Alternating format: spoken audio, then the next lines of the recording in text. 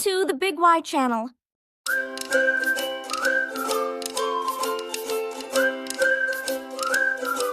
Hey there, look around you. Everything is moving. Cars drive, balls fly, and even you are moving right now. But have you ever wondered why things move? Or why they stop? Hundreds of years ago, a super smart scientist named Isaac Newton figured out the rules. He called them the 3 laws of motion. Let's break them down. Law number 1 is called inertia.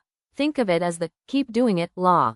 Here's the rule. If something is still, it wants to stay still. If something is moving, it wants to keep moving in the same direction. Imagine this bowling ball. It won't move unless you push it. That's inertia. Now, imagine that hockey puck. Once it's sliding, it wants to slide forever. But wait, why does it stop? Because of friction. The ice rubs against it, and because it hits the wall. So, objects are a bit lazy. They keep doing what they're already doing until a force makes them change.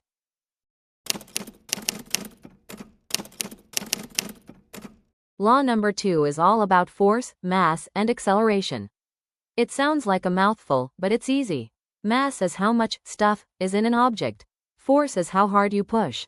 Acceleration is how fast it speeds up. Look at these carts. The empty one has low mass. A tiny push makes it zoom. High acceleration. But the cart full of rocks? Huge mass. You need a huge force to make it move even a little bit. So, remember, the heavier something is, the harder you have to push to get it going.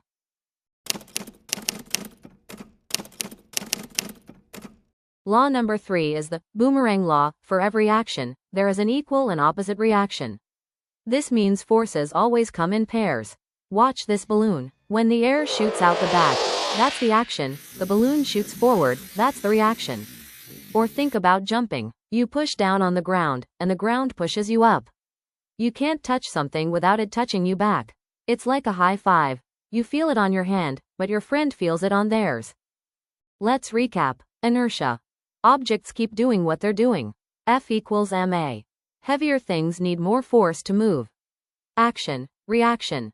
Every push has a push back. Thanks for watching. If you'd like more videos like this, please subscribe.